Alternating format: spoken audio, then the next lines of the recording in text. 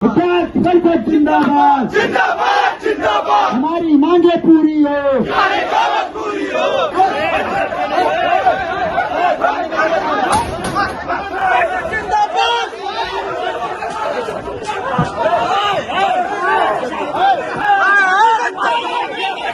मिलत टाइम्स में आपका स्वागत है। मैं हूं आपके साथ मुनव्वर आलम।